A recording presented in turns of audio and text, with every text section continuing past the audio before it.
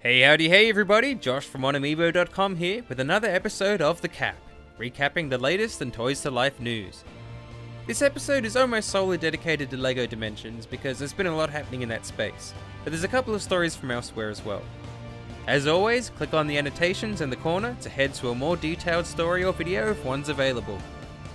Wave 7 of LEGO Dimensions has released, with a lot of new brands entering the fray. I've covered that in a previous video, so I don't want to retread too much ground. But for Australians, there's some great details on this and the previous wave of packs on the online LEGO store. They seem way too good to be true. I mean, $10 level packs, $15 story packs, but people have already had some of their orders dispatched from the warehouse and they're on their way, so yeah, that's interesting. The MonAmiibo channel is gradually posting more and more videos covering Wave 7, so if you want to see battle arenas, level playthroughs, Easter eggs and more, make sure to subscribe. There was a big scare with this wave because it seemed like it had wiped everybody's progress in Year 2. But it turns out the way that the game handles updates is just really dumb. So you need to update each and every one of the expansion packs from the previous wave before the game can read your progress properly.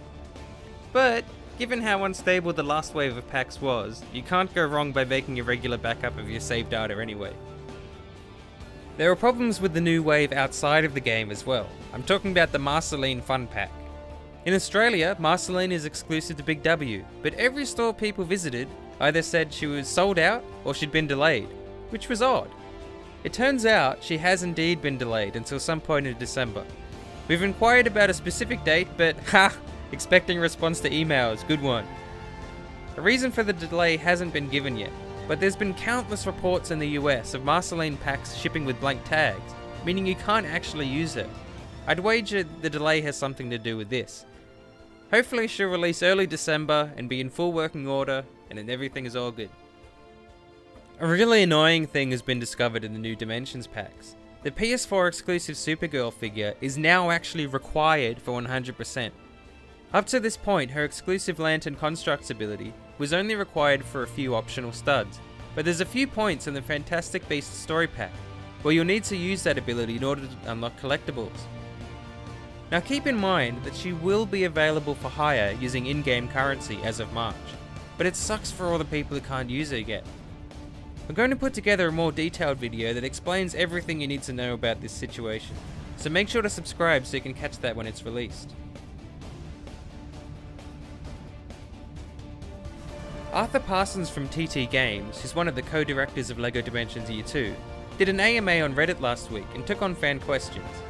It wasn't all that great because most questions were met with, yep, can't talk about that yet, which kind of defeats the purpose of the whole thing. But we did get a few key details from it. For example, all three Powerpuff Girls in LEGO Dimensions will be playable and they'll each get their own physical minifigures.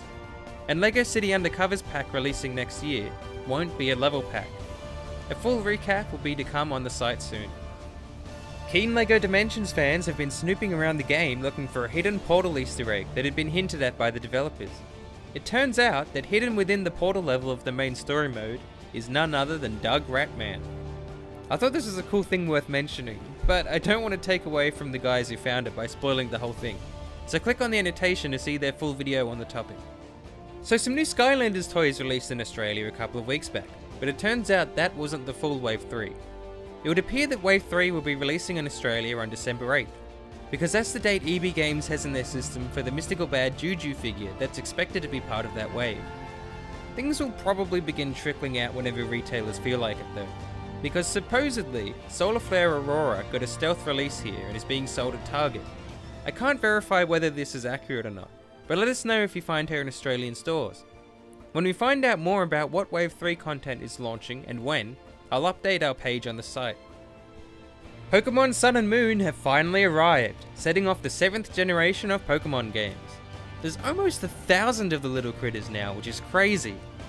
The newest games take you to the Alola region, which is based off Hawaii, and it's where you'll encounter new forms of classic Pokemon, and the wannabe evil team, Team Skull. One of the new features of the game is what's called Z Moons. By equipping special Z crystals to your Pokemon, you can channel their ultimate powers, using your Z-Ring item and the might of dance. You can buy a physical Z-Ring toy that interacts with the game, and makes things a bit more fun and visceral. You can see this toy in action by checking out our unboxing video. That's all for now. Make sure to subscribe to catch our latest videos the second they go live. For more on all Toys to Life brands, make sure to head over on monomiibo.com. I'm working on a small redesign that should hopefully make things a bit easier to find, and it should be ready pretty soon. Thanks for watching.